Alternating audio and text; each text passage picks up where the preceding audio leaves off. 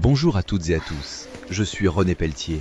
Bienvenue sur ma chaîne et un grand merci à toutes celles et ceux qui s'abonnent et regardent mes vidéos.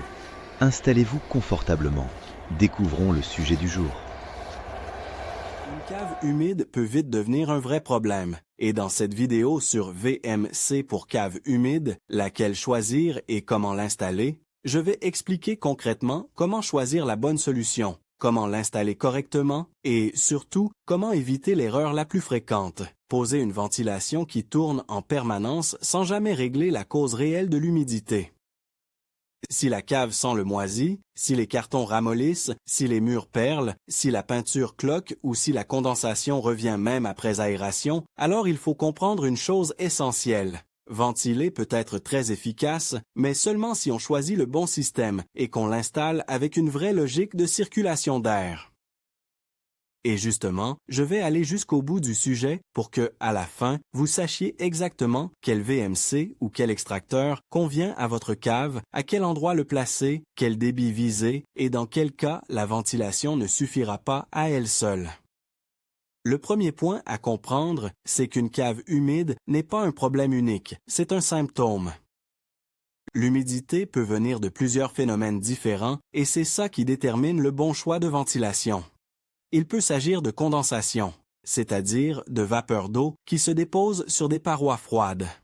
C'est très fréquent dans les caves parce qu'elles sont enterrées, plus fraîches que le reste de la maison et souvent mal renouvelées en air. Il peut aussi s'agir d'infiltration latérale par les murs enterrés, de remontées capillaires depuis la dalle ou les fondations, d'une fuite ou encore d'un manque total de circulation d'air dans un local fermé depuis des années. Si je pose une VMC dans une cave où l'eau entre physiquement par les murs ou le sol, la ventilation va aider à évacuer une partie de l'humidité ambiante, mais elle ne supprimera jamais la source.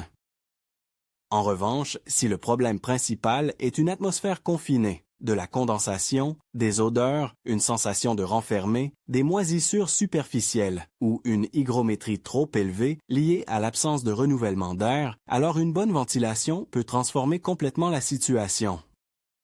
Je commence toujours par observer les signes. Si les murs sont humides seulement en surface, surtout à certaines saisons, avec un air lourd et une odeur de cave, on est souvent sur un problème de condensation et de renouvellement d'air insuffisant. Si je vois des traces blanches de salpêtre, des auréoles nettes en bas des murs, des zones toujours humides à la base, il peut y avoir remontée capillaire ou humidité provenant du sol. Si l'eau suinte, franchement, ou si certaines parties sont mouillées après la pluie, on est plutôt sur de l'infiltration. Cette distinction est capitale parce que beaucoup de gens cherchent une VMC miracle, alors qu'en réalité, il faut parfois traiter l'étanchéité, drainer, réparer une fissure, reprendre une évacuation ou au moins combiner plusieurs solutions. La ventilation n'est pas un remède magique, c'est un outil. Mais bien utilisé, c'est souvent l'outil le plus rentable pour retrouver une cave saine. Quand on parle de VMC pour cave humide, il faut aussi clarifier le vocabulaire. Techniquement, tout le monde dit souvent VMC, mais dans une cave, on installe parfois non pas une VMC de maison au sens classique, mais un simple extracteur d'air, un aérateur permanent, un ventilateur de gaine ou un petit système de ventilation mécanique contrôlé dédié au sous-sol. L'idée reste la même, créer un mouvement d'air maîtrisé. Soit on extrait l'air humide de la cave pour le remplacer par un air plus sec venant de l'extérieur ou d'un autre volume adapté, soit on insuffle de l'air neuf et on prévoit une sortie. Dans la majorité des caves humides, la solution la plus simple et la plus efficace consiste à extraire l'air vicié en partie haute et à permettre une entrée d'air opposée, idéalement en partie basse ou à l'autre extrémité de la pièce, afin de balayer le volume. Ce point paraît évident, mais c'est là que se joue presque tout. Sans entrée d'air, l'extracteur travaille mal. Sans différence de position entre entrée et sortie, l'air court-circuite. Sans trajet d'air cohérent, certaines zones restent humides en permanence. Pour choisir la bonne solution, je regarde d'abord la taille de la cave, son usage, son niveau d'humidité, la possibilité ou non de traverser un mur vers l'extérieur, le bruit acceptable, la consommation électrique et la température de la région. Une petite cave de stockage de 8 à 15 mètres carrés avec une humidité modérée n'a pas besoin de la même installation qu'un grand sous-sol enterré de 40 mètres carrés, servant aussi de buanderie, d'atelier ou de local technique. Plus le volume est grand, plus l'air doit être renouvelé correctement. De façon simple, on raisonne en volume d'air, donc surface multipliée par hauteur sous plafond. Une cave de 20 mètres carrés avec 2,2 mètres de hauteur représente environ 44 mètres cubes. Ensuite, on choisit un nombre de renouvellements d'air par heure selon le niveau d'humidité. Pour une cave peu humide, on peut viser quelques renouvellements par heure. Pour une cave très humide ou sujette aux odeurs et à la condensation, on peut monter davantage. Sans entrer dans une approche trop théorique, l'idée est de prendre un débit suffisant pour assécher progressivement l'ambiance, sans créer un système surdimensionné, bruyant et énergivore. Dans les petites caves, un extracteur d'air mural ou de gaine peut suffire. C'est souvent la solution la plus économique et la plus simple à poser. Il se place de préférence en hauteur, là où l'air le plus chaud et le plus chargé en humidité a tendance à stagner. En face, ou au moins à une bonne distance, je prévois une entrée d'air. Cette entrée peut être une grille vers l'extérieur, une prise d'air via un soupirail ou une amenée d'air depuis un espace plus sec, à condition que ce soit pertinent dans la configuration du bâtiment. Si je me contente de mettre un extracteur dans un angle sans aucune vraie entrée d'air, le résultat sera décevant. Pour les caves de taille moyenne, ou quand le mur donnant sur l'extérieur n'est pas idéalement placé, un ventilateur de gaine peut être plus pratique. Il permet d'aller chercher l'air à un point précis et de rejeter ailleurs via une gaine, avec plus de souplesse sur l'implantation. La VMC simple flux dédiée à une cave devient intéressante quand on veut un fonctionnement plus continu, plus discret, mieux intégré ou quand la cave communique avec d'autres pièces du sous-sol. Je parle ici d'un système où l'on maîtrise davantage l'extraction, parfois avec plusieurs bouches si le sous-sol est compartimenté. L'avantage, c'est la régularité. Une cave humide n'aime pas les solutions improvisées qui ne tournent qu'occasionnellement. L'humidité s'installe dans la durée, donc la ventilation efficace est souvent celle qui agit de façon constante, à débit modéré ou variable selon le besoin. Certains appareils disposent d'un hygrostat, c'est-à-dire qu'ils se déclenchent ou accélèrent quand le taux d'humidité monte. C'est très intéressant, car cela limite la consommation et évite de ventiler trop fort quand ce n'est pas nécessaire. Attention toutefois, dans certaines caves très froides ou en climat particulier, l'humidité relative peut être naturellement élevée sans que toute l'eau doive être évacuée à tout prix. Il faut donc viser l'amélioration réelle du local, pas une chasse aveugle au pourcentage. Une question revient souvent. Faut-il choisir une simple flux ou une double flux? Pour une cave humide classique, la double flux n'est généralement pas la priorité. Elle est plus complexe, plus coûteuse, et son intérêt principal dans une habitation est de récupérer de la chaleur. Dans une cave, surtout si l'objectif est avant tout de lutter contre l'humidité et les odeurs, une extraction bien conçue avec une bonne entrée d'air suffit très souvent. La double flux peut se justifier dans des projets plus globaux, très techniques, ou dans un sous-sol aménagé avec de fortes exigences de confort thermique. Mais pour une cave de stockage humide, je considère que ce n'est pas le premier choix. Mieux vaut investir dans un système simple, fiable, bien positionné, avec un conduit propre, des grilles adaptées et éventuellement une régulation hygrométrique. Il faut aussi parler de la saisonnalité, parce que c'est un piège énorme. Beaucoup de personnes ouvrent grand leur cave en été en pensant bien faire. Or, l'air extérieur chaud peut être très chargé en humidité. Quand il entre dans une cave plus froide, cette humidité condense sur les parois. Résultat, on a parfois l'impression que l'aération naturelle aggrave le problème, et c'est souvent vrai. C'est précisément pour cela qu'une ventilation mécanique contrôlée a un avantage sur l'ouverture aléatoire des portes ou soupiraux. Elle permet un renouvellement plus continu et plus mesuré, sans dépendre d'habitudes irrégulières. Mais là encore, le bon fonctionnement dépend de la façon dont on fait entrer et sortir l'air. Dans certains contextes climatiques, il peut être pertinent de faire fonctionner davantage la ventilation à certaines heures, ou de l'associer à une commande hygrostatique pour éviter d'injecter inutilement de l'air très humide quand il fait lourd dehors. Avant l'installation, je conseille toujours de faire un petit diagnostic pratique. J'observe si la cave a déjà une ouverture haute et une ouverture basse. Je regarde si l'air peut réellement traverser l'espace ou s'il y a des cloisons, des recoins, des portes pleines ou des encombrements qui bloquent tout. Je vérifie l'état des murs, la présence d'eau au sol, la proximité d'une prise électrique, la possibilité de percer un mur donnant dehors et la longueur de gaine nécessaire si je ne peux pas sortir directement. Je me demande aussi ce qui est stocké dans la cave, si ce sont des bouteilles, des conserves, des outils, un congélateur, du linge, du bois ou des archives. Le niveau d'exigence n'est pas le même. Une cave servant de buanderie produit en plus de la vapeur d'eau. Un local avec chaudière ou appareil à combustion implique des règles de sécurité spécifiques. Un espace semi-aménagé demande plus de confort acoustique. Pour l'installation elle-même, le principe le plus important est de créer un flux d'air traversant. Je place généralement l'extraction en hauteur, dans la zone la plus éloignée de l'entrée d'air. Si la cave est rectangulaire, l'idéal est souvent une entrée d'air à une extrémité et l'extracteur à l'opposé, plutôt en partie haute. Si la cave est compartimentée, il faut éviter que l'air tourne seulement dans le premier volume. Dans ce cas, je prévois soit plusieurs passages d'air entre les zones, soit plusieurs points d'extraction, soit une gaine qui va chercher l'air là où il stagne vraiment. Le percement vers l'extérieur doit être propre, bien dimensionné, avec une grille adaptée, une protection contre les rongeurs et, si nécessaire, un clapet anti-retour pour limiter les retours d'air froid ou d'odeur. Si j'utilise une gaine, j'évite les longueurs inutiles et les coudes trop nombreux, car ils font perdre du débit et augmentent le bruit. Le bruit, justement, est souvent sous-estimé.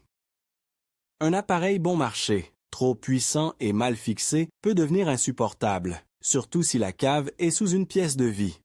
Je préfère un matériel correctement dimensionné, parfois un peu moins brutal, en débit maximal, mais plus régulier, plus silencieux et plus durable.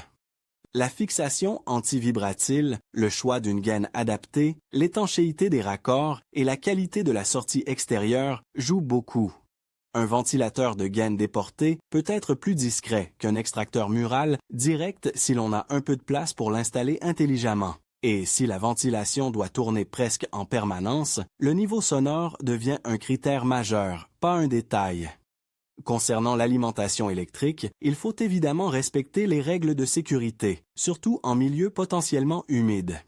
Je prévois une alimentation protégée, un raccordement propre et, si possible, une commande simple à comprendre. On peut opter pour un fonctionnement continu, pour un déclenchement temporisé, pour une mise en route selon l'humidité ou pour une combinaison de ces logiques. Pour une cave humide chronique, le mode intermittent commandé manuellement n'est pas le plus pertinent parce qu'on oublie vite de l'activer. Le mode permanent à faible débit ou la régulation automatique avec montée en puissance quand l'humidité grimpe est souvent bien plus efficace. Le but n'est pas de faire un grand coup de ventilation de temps en temps, mais d'empêcher l'atmosphère humide de se réinstaller. Je conseille aussi de réfléchir à l'entrée d'air avec autant de sérieux qu'à l'extraction. Une bonne entrée d'air doit laisser passer un débit compatible avec l'extracteur, sans créer d'infiltration d'eau ni de nuisances excessives. Si l'air entre par un soupirail, je vérifie qu'il n'est pas obstrué, qu'il n'aspire pas directement de l'eau de pluie ou des feuilles et que sa section est suffisante. Si l'entrée d'air se fait via une grille traversant le mur, je la place de façon à favoriser un balayage de la pièce. Dans certains cas, on peut avoir besoin de canaliser aussi l'air entrant, par exemple si la configuration de la cave est complexe. Ce qu'il faut éviter, c'est l'erreur où l'entrée et la sortie sont presque côte à côte. Dans cette situation, l'air frais entre et ressort immédiatement sans traiter le fond du local. Il y a aussi une question très importante. Une VMC assèche-t-elle toujours une cave? La réponse honnête, c'est non, pas toujours. Si l'air extérieur est plus humide que l'air intérieur à certains moments, ventiler peut temporairement ne pas améliorer la situation, voire la dégrader. Si les murs enterrés sont gorgés d'eau, la ventilation seule aura une efficacité limitée. Si la dalle n'a pas de barrière contre les remontées et que le sol relargue en continu, il faut parfois accepter que la ventilation soit une partie de la solution, mais pas toute la solution. Dans certaines caves très humides, l'ajout d'un déshumidificateur peut être utile, au moins pendant une phase de rattrapage. La logique la plus saine, c'est souvent d'abord supprimer les fuites et infiltrations évidentes, ensuite organiser une vraie ventilation, puis évaluer si un déshumidificateur d'appoint reste nécessaire. Le déshumidificateur seul, sans renouvellement d'air, traite le symptôme à l'intérieur du local, mais il ne règle ni les odeurs stagnantes ni le manque de brassage. Je veux insister aussi sur l'entretien, parce qu'une installation de ventilation négligée perd vite en efficacité. Les grilles s'encrassent, les gaines accumulent de la poussière, les clapets peuvent se bloquer, l'extracteur peut perdre du débit. Dans une cave, l'air transporte souvent des particules, des toiles, parfois des spores, donc un contrôle régulier est indispensable. Vérifiez le bon fonctionnement, nettoyez les entrées et sorties d'air, écoutez si le moteur fait un bruit anormal, s'assurer qu'aucune obstruction n'a réduit le passage, tout cela prend peu de temps mais change beaucoup le résultat dans la durée. Une VMC pour cave humide n'est pas un équipement qu'on oublie totalement après pause. Elle demande peu d'attention, mais elle en demande quand même. Autre point décisif, l'isolation et la température des parois. Si la cave est très froide et que de l'air plus chaud y pénètre régulièrement, la condensation peut persister sur les surfaces les plus froides, malgré une ventilation correcte. Dans certaines situations, traiter les ponts thermiques, isoler sélectivement certaines zones ou simplement éviter d'y faire entrer trop d'air chaud au mauvais moment peut améliorer fortement le comportement hygrométrique du local. Il faut donc penser la cave comme un système. Température des murs, humidité de l'air, renouvellement, source d'eau, usage du local. Une VMC bien installée est très efficace quand elle s'intègre dans cette réflexion globale. Si je devais résumer les erreurs les plus fréquentes, ce serait celles-ci sans en faire une liste formelle. Choisir un appareil au hasard sans calculer le volume, extraire sans prévoir d'entrée d'air, placer l'extracteur trop bas, sous-dimensionner les grilles, faire un conduit trop long avec trop de coudes, oublier le bruit, espérer qu'une ventilation règle une infiltration active, et ne jamais contrôler le taux d'humidité avant et après. J'aime bien recommander l'usage d'un hygromètre fiable pour suivre l'évolution. Cela permet de voir si l'installation fait réellement baisser les pics d'humidité et d'identifier les moments problématiques selon les saisons. Parfois, on découvre que la cave va mieux en hiver et moins bien en été, ce qui confirme un phénomène de condensation lié à l'air chaud extérieur. Pour quelqu'un qui cherche une recommandation concrète, je dirais ceci.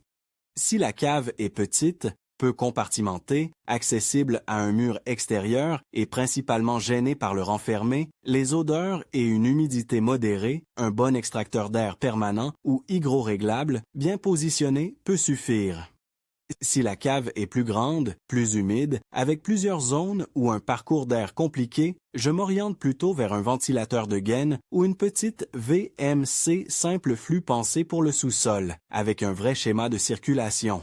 Si le problème est structurel, avec eau dans les murs ou au sol, je considère la ventilation comme indispensable mais non suffisante, et je traite aussi la cause du bâtiment. Si l'objectif est de stocker des objets sensibles, je cherche une solution stable, silencieuse, entretenable et mesurable, pas un bricolage provisoire. Sur le plan pratique, l'installation peut être réalisée par un bon bricoleur si la configuration est simple, mais il faut rester rigoureux. Le percement doit être fait proprement, en tenant compte de la nature du mur. Les raccordements électriques doivent être sécurisés. Les éléments doivent être fixés solidement. L'étanchéité autour des traversées doit empêcher les entrées d'eau. Les grilles extérieures doivent être protégées. Et surtout, il faut tester le sens du flux d'air une fois l'installation terminée. Je vérifie toujours que l'air entre là où je l'ai prévu et qu'il est bien extrait du point le plus stratégique. Un simple test avec une feuille légère ou de la fumée de test permet déjà de visualiser si le circuit d'air est cohérent. J'ajoute un mot sur les caves totalement enterrées sans accès direct simple à l'extérieur. Ce sont souvent les cas les plus délicats. Dans cette configuration, une ventilation par gaine devient très utile parce qu'elle permet de déporter l'aspiration ou le rejet vers une façade, un vide sanitaire ventilé si c'est autorisé et pertinent, ou une zone technique. Mais plus le chemin de l'air est complexe, plus il faut être attentif au dimensionnement. Une gaine trop petite ou trop longue anéantit le débit réel. Dans ces cas-là, mieux vaut parfois un appareil un peu plus robuste, mais toujours avec une vraie réflexion acoustique et énergétique. Enfin, il faut avoir des attentes réalistes sur le délai d'amélioration. Une cave humide depuis des années ne devient pas saine en 2 jours. Même avec une bonne VMC, les parois mettent du temps à sécher, les odeurs mettent du temps à disparaître et les matériaux stockés peuvent eux-mêmes relarguer de l'humidité. Je conseille donc d'observer l'évolution sur plusieurs semaines, voire plusieurs mois, en maintenant la ventilation de façon régulière. On peut accélérer les choses en retirant les cartons détrempés, en éloignant les objets des murs, en évitant de stocker du linge humide, en surélevant certains éléments et en nettoyant les traces de moisissure de manière adaptée. La ventilation travaille mieux dans une cave dégagée que dans une cave encombrée du sol au plafond. Si je devais donner la conclusion la plus utile, ce serait celle-ci. Pour choisir une VMC pour cave humide, je ne pars jamais du produit, je pars du problème. Je cherche d'abord à savoir si l'humidité vient surtout de la condensation, du confinement, d'infiltration ou du sol. Ensuite, je dimensionne le débit selon le volume de la cave. Puis, je conçois un vrai trajet d'air avec une entrée et une extraction placées intelligemment. Et enfin, j'opte pour une solution simple, continue et entretenable, plutôt que pour une machine compliquée qui promet tout. Dans énormément de cas, une extraction bien pensée change radicalement l'ambiance d'une cave. Mais le secret, ce n'est pas juste d'acheter une VMC, c'est de créer une ventilation cohérente. Si cette logique est respectée, on réduit l'odeur de moisi, on limite la condensation, on protège ce qu'on stocke et on évite que la cave ne redevienne un réservoir d'humidité pour toute la maison. Et c'est exactement ce qu'il faut viser, non pas une impression d'air brassé, mais un assainissement durable et mesurable du sous-sol.